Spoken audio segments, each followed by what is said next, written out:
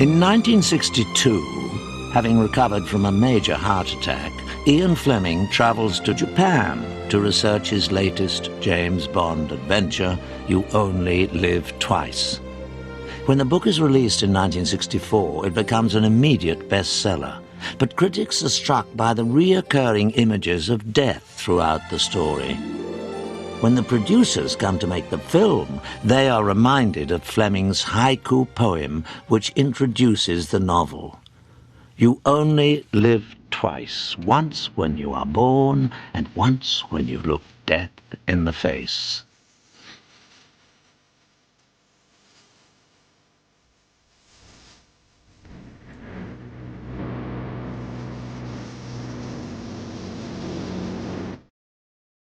Ever since the release of the third James Bond movie, Goldfinger, producers hoped to film on Her Majesty's Secret Service, but the opportunity to shoot Thunderball and the need for winter locations delayed the project. We did You Only Live Twice instead. And that turned out to be quite a problem. In fact, the production of the fifth James Bond film proves to be one of the most challenging and dangerous ever undertaken. First, the producers must find a director who can handle the enormous scope of a Bond film. Producer Cubby Broccoli makes the call to Lewis Gilbert, director of many war movies and currently the hit film Alfie. He rang me one night and said that he'd seen Alfie and how would I like to do the next James Bond film. Initially, Gilbert turns down the job. And then Cubby rang me again the next morning and said, listen, you can't turn this film down, you know, because there's the world's largest cinema audience waiting to see what kind of a hash you're going to make of it. Lewis Gilbert brings on Academy Award-winning director of photography, Freddie Young. I said to Cubby, look, let's get somebody who is one of the great artists of British cinema. We all set off to Japan. Cubby, Harry, Freddie Young, Lewis Gilbert and myself. Funnily enough, of course, I ran into Cubby and Lewis Gilbert in Tokyo, which I was visiting for a holiday. Cubby kept saying to me, why don't you come with us and do the second unit? The locations in Tokyo were no problem, and places like Kyoto, but we couldn't find really any of the castles and locations that Ian Fleming had talked about. So we decided that we charter 2 helicopters. And this was very, very nerve-wracking. Lewis had never flown in a helicopter before, so he was absolutely terrified. Our pilot, his hands were shaking badly. The oldest man you've ever seen. And he started to point at the map with a very, very shaky hand. Of course, Cubby thought that was very funny, so did Ken Adam. And he suddenly started up, and off he went. We just got about 1,000 feet. He suddenly turned to me, and he went, me, kamikaze pilot. And I thought, my God, here we are flying with the only living kamikaze pilot. But he was a wonderful pilot. In fact, he was the best pilot that we had. He was terrific. We covered literally 2/3 of Japan in about 3 weeks, flying 7 hours every day. We flew all over Japan looking for a castle that was on the sea, and apparently they never built castles anywhere near the sea. It was quite a strenuous experience until we found this unbelievable volcanic area on Kyushu, and flying over this area was really dramatic. Looked almost like a moonscape. Cubby always looked for a hook, what he called a hook, for the storyline. When he saw the top of this volcano, that was his hook. And he thought everything is going to now start out of this. We decided that it would be interesting to have the villain live in one of these extinct craters. It wasn't really water, but was something that could pull back. And, well, Ken Adam, of course, absolutely loved that. I mean, he went crazy as soon as the idea was mooted. Cubby sort of gave me a sidelong glance and said, can you do it? And that was the beginning of the story, really. That's how it came about. The first challenge is leaving Japan alive. It just happened at that time that a Canadian DCA came into land at Tokyo Airport and undershot the runway and hit all the beacons. The next morning, I had breakfast with the BOAC crew, and I asked the captain where he was going. He said, well, we are going to London, but we're going via Hong Kong. The morning that they were booked on the plane, they got a call that they could see the ninja training film that moment. And so we had to cancel the trip. And about an hour and a half later, there was not one person alive on that plane. That plane crashed into a mountain. It was quite horrifying. I remember Harry going off about 2 days later, and everybody was so nervous. Also remember, we were in serious trouble because the film had a release date. Sean's contract was running out, and we had no script. So the pressure was on everybody, and we lost the writer. After Harold Jack Bloom's departure, the producers decide to hire noted short story writer Roald Dahl. The producers had read Roald's stories, and they thought he would be the lovely writer for You Only Live Twice. Roald Dahl had been a friend of Ian Fleming's, but is unproven as a screenwriter. I've written a lot of stories with sin, not a lot with sex or sadism. He was a very clever writer in offbeat subjects. Based on Cubby Broccoli's initial idea, much of the story takes place inside a hollowed-out volcano. Ken Adam must produce the most challenging set of his career. The challenge appealed to me also, the shape of the volcano. I knew if it didn't work, I would never work in movies again. Ken Adam was an interesting man. Once he knew what he was going to do, he would settle down and he'd produce the most amazing drawings. When I had done 2 or 3 sketches, Cubby said, well, looks interesting. How much is it going to cost? I quoted $1 million, and that was an enormous amount of money. And Cubby didn't blink an eyelid. And he said, if you can do it for $1 million, go ahead. And then my worries started. The filmmakers have other worries. Casting. Director Gilbert makes a brilliant choice for the role of Taiga Tanaka. Japanese actor Tetsuro Tamba.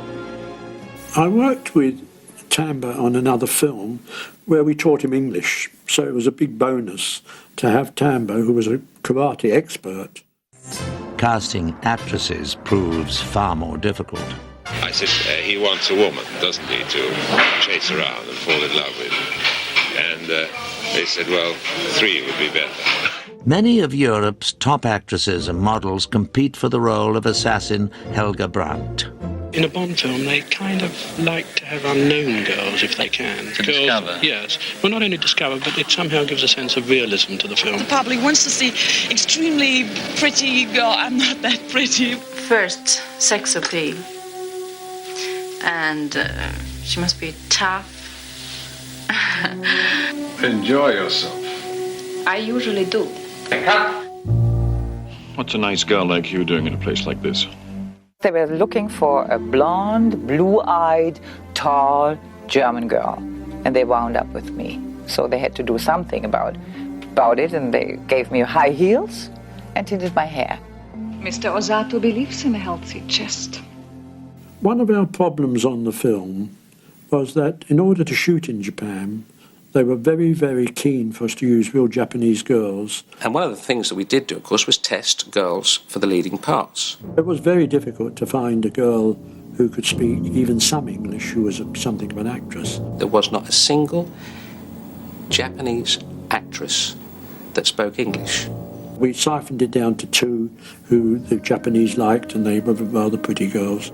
So the idea was that where they would be brought to England, taught English, be involved in a purely English-speaking atmosphere of the United Kingdom where nobody speaks Japanese. Akiko Wakabayashi was very good. She really learned very, very fast. I think I will enjoy very much serving under you. The other girl, Mia, tried desperately hard, And I saw Tamba and I said, look, Tamba, this is a big problem to us. It's no good for her and it's no good for us. Will you take her out to dinner and tell her that she has to go back to Japan? He looked a bit glum and he said, well, I'll try. And he took her out that night, and the next morning he came in and I said, well, Tamba, how did it go? He said, tonight she commits suicide. She will jump out of the window at the Dorchester. Lewis said, you know, he did literally go cold at that point. So, of course, I rushed to Harry and rushed to Cubby and said, my God, we've got a problem here. Cubby said, you know, I don't think she'd be so bad in the film, which we all agreed very quickly that she wouldn't be so bad in the film. Ultimately, Miyahama switches parts with Akiko Wakabayashi, and Akiko suggests her new character not be called Suki, but Aki. The film's signature gadget is found by Ken Adam. I was listening one morning while shaving to Jack DeManio's radio program, and he had this Wing Commander Wallace talking about his gyrocopter. I rang up the BBC and they put me in touch with Wallace. At the end of the interview, he said, would you like to have a fight with a helicopter with one of them, Ken? And I said, give me half a chance. And he brought his gyrocopter to Pinewood Studios to demonstrate it. When I landed, Cubby Broccoli said, yes, he said, we shall want it in Japan in 6 weeks' time. The Boy Scout and me immediately redesigned it as a war machine. And of course that was popped into the script straight away. Production begins on July the 4th, 1966, with the death of 007. This we thought would be interesting to kill off Sean in the first few minutes, which would be very mysterious. I knew Sean before because we had some mutual friends. Why do Chinese girls taste different from all other girls? You think we better, huh? I wasn't particularly worried about, being in bed with him. Who would? Maybe offer you a glass of champagne, Mr. Fisher? And that was my first shooting day, and I remember very well it was nearly my last one. Are you really sure you won't change your mind? Well, if you insist. The cameraman said, I have to do another correction, come out. So I went out, and as soon as I left that bar, a big, big light cracked down directly in the middle of that bar. So I would have been crushed. I really would have been crushed. Other dangers are far more calculated. Stunt coordinator Bob Simmons and champion wrestler Peter Fanine Mavia stage a brutal fight. Each move is carefully choreographed. In my experience, my 52 years experience in films, I found that stuntmen are the most professional people in the world. I mean, their life depends on it. Don't worry about the pool of blood, because there he is lying there dead. Each stunt in the fight is discussed in detail. The end result? Smashing. At the end of July, the unit moves to Japan. En route, Sean Connery makes a startling announcement. I can remember saying to Sean, look, Sean, it's silly not to keep on playing Bond, because whilst you're playing Bond, you can do anything in the world that you want to do. Nonetheless, Sean and the producers find themselves unable to come to terms on a contract for future Bond projects. Some in the press speculate that this will mark the death of James Bond. Upon arrival in Japan, Connery is swarmed by reporters. Well, the first day, the first thing, there were hundreds of these people. Now, he's here, and he has not been given the privilege and respect of Japan for a certain amount of privacy. We had to hire in a special force of security guards to protect the set and to protect him. He hasn't even had his lunch right now. He had to go back up to his room because he didn't have the privacy of having a little lunch. On July the 31st, the crew moves to the remote village of Akime. The key crew members are flown in by helicopter, as the location is a 3-hour drive from the nearest hotel. The crush of fans and press trying to get photos of Connery force local police to set up checkpoints on all roads. I think he's tried beyond normal limits. I mean, everywhere you go, you can't be by yourself at all, really. The press find ways around the police blockade, much to the distress of the crew. With daily temperatures over 100 degrees, pressures mount on location. I must insist that you don't say anything until I give you instructions. Tell him to go into the cave. But producer Cubby Broccoli works to make the crew as comfortable as possible. If the picture is not going to be good, then I'm afraid it's not really going to be the fault of the producers in this sense. If I said today, look, I want 5,000 people flown in from Tokyo, I'm sure they'd be flown in, you know. When some of the actresses are unable to swim in the strong ocean currents, Sean Connery's wife, Diane Cilento, dives in. Diane, who was a very athletic kind of girl, "Oh, don't worry," she said, I'll double for them. And of course she doubled for about 5 of them, jumping in and out of the water and swimming around, and she really saved the day. The most dangerous filming takes place above the volcanoes, some of which remain very active. When I was making the film, I couldn't enjoy myself very much. It was all rather too serious. And a lot of the takeoffs and landings were on most hair-raising places. He took off on a road, just an ordinary road. It was a cliff-edge road that actually turned. On one side was a Japanese cemetery with a big gully before you got to it. The other was about a 100-foot drop down into the sea. So I said to him, "Would you take off in the opposite direction?" Oh, he said, "That would be very difficult." I said, "Well, it's the only way we're going to get the shot." And you had to approach through a sort of ravine, but it was the only place I could use. I thought, my God, he's never going to make this. This poor chap's going to be crushed. Then someone would come along and say, "Number 2 camera had a hair in the gate. Got to do it again." Every time you took off on a place like that, you think this could be one too many. Suddenly you saw this thing slowly lifted to the air, and everybody heaved a great sigh of relief.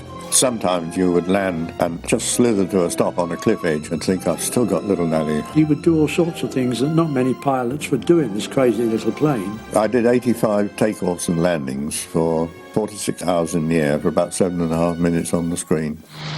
The filming proves risky, not just to the pilots, but to one cameraman in particular. Johnny Jordan was the aerial cameraman, and he had to film the aerial battle between the 4 helicopters and the gyrocopter. He'd made quite a niche for himself in aerial photography. He loved that, and he was quite brilliant at it. At 6,000 feet, when I was doing a shot going straight towards the camera helicopter, and once or twice I was rather closer to the camera helicopter than my intention had been. And I'd been flying long enough to realise that it was the altitude that was having an effect. For cameraman Johnny Jordan, the shifting air currents would have devastating consequences. Another helicopter was supposed to go underneath him, and there was an updraft of air. And his rotor blade sliced through the skid. And the propeller went right through his foot. He was quite seriously injured. Typical of a cameraman, he immediately panned down to see his leg hanging off. The Spectre helicopter crashed on the mountainside, and this saved the pilot. He didn't get injured at all. But the helicopter with Johnny Jordan, now damaged, must make an emergency landing.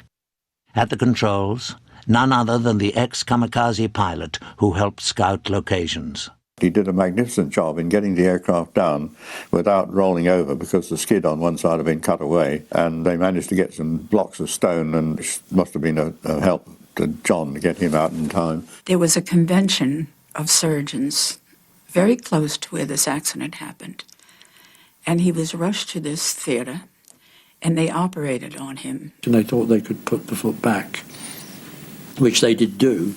Immediately, filmmakers cancel shooting of the helicopter battle. Soon, Johnny Jordan is flown back to London. On location, filming continues with other innovative action scenes. But there was one scene where the heavies were riding along, and they didn't know how to get rid of them. And I said, "Why don't you have a plane with a magnet and have it fly over, attach to the car, pick it up?" Well, that's an absolutely crazy idea, that a magnet can lift a car. But that was it. And then it built from that. Well, OK, what happens here? Oh, it's a helicopter does it, and what's going to happen? Oh, we dump it in the middle of Tokyo Bay. So the thing always developed from that. For a major fight sequence, Lewis Gilbert takes a different approach. Fight scenes are always fairly close. And when I saw Kobe Docks and the rooftops, I suddenly got an idea that it would be a very interesting shot to fly over the rooftops with a running kind of battle. filmmakers take over the recently restored Himeji Castle as a ninja training school and gather a crowd of 8,000 for a grand champion sumo match. They will not do it unless it's real. You can't do like all in wrestling and just shout, "Fall now." They have to do it for real.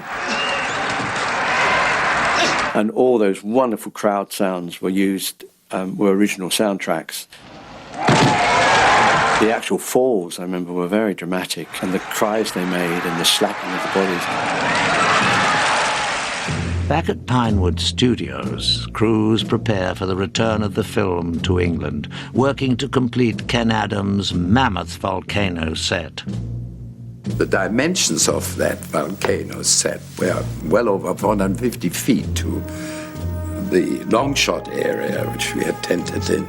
This artificial inclined lake was 120 feet high. I don't think any of us realised quite how big it was going to be until they started putting up the girders that towered over the entire studio complex. It's no longer a film set building, but something quite different. I'm not sure whether the producers even realised whether Ken was they probably thought he was working in feet when he was working in metres. One has to be a little crazy, and I think if I look back at it, I was a little crazy. They used more steel for building that crater than they used for the Hilton in London. The plasterers and riggers wanted danger money, and rightly so. And all of us that were hardened professionals used to give up our lunch hours just to go and watch the progress of the building of that set. I remember the guys all came over from UA and one said to the other, "God," he said, do you realise this set is more expensive than Dr. No?" With a moving heliport, flying in actual helicopters. We couldn't believe what was happening there. Mini Mokes running around, rockets going through a roof that would move. I mean, it's just unbelievable. All the wise guys at Pinewood in the industry said, "Set is too big, nobody can light it. There isn't a cameraman in the world who can light it." Cinematographer Freddie Young proves to be up to the challenge. Freddie had a look at the model and he said, "No problem. I can light it." Young later wrote that it took practically every lamp in the studio to light the set. It was probably the most ambitious project of interior-exterior set ever undertaken. Shooting on the massive stage begins on October the 31st, with David Davenport doubling for Sean Connery. Before long, filmmakers face an unexpected problem. The casting of Blofeld was always going to be difficult. I think that was a Harry Saltzman casting. I didn't see him till the first morning that we were going to use him because he hadn't arrived in the country. It was such a last-minute substitute. And suddenly in walked a rather benevolent Father Christmas, rather sweet-looking old man. Cubby said, "My God, this is ridiculous. What are we going to do?" I said, "Well, we'll just see what we's here, so we might as well film him." When it comes to a James Bond film, when you're running probably even in those days at $100,000 a day, minimum, you're making a big commercial decision to recast. The crew shoots for 5 days with John Werrick before Lewis Gilbert realises the part must be recast. I had to go to Cubby and say, "Look, we've got the same problem. But this time I know that he won't commit suicide because he's a well-known Czech actor." One day I turned up, I suddenly realised that the person sitting behind me was not the same person who'd been sitting there the day before. Filmmakers cast Donald Pleasance to take over the role. You only live twice, Mr. Bond. Other performers travel from Japan. We brought a small team of genuine Japanese martial art experts to England. And I remember Bob saying to us, "Now don't outdo the ninjas because they have a great deal of pride." Well, I found in the end that their pride didn't extend to going up into the roof and coming down the ropes. They didn't actually like heights. The final assault on the volcano base requires over 100 stuntmen. It was just a bit awe-inspiring when you first go there and you look at this huge structure and realise you have to jump off it. Well, I had complete confidence in Bob and his boys, you know. Bob Simmons wanted everybody coming down ropes as quickly as possible. Well, it would have been impossible to slide down the ropes without burning your hands. So I introduced a gag, which I'd used on a previous film, of a piece of hose pipe. As you get near the bottom, you turn the hose pipe on like a brake shoe. And you could come down very, very rapidly indeed. In fact, one of the stuntmen came down so rapidly, he broke both his ankles. That was the first ninja sliding down the ropes, one-handed firing a machine gun. We had about 40 or 50 stuntmen coming down like bullets. And even now, it's still quite an impressive sequence.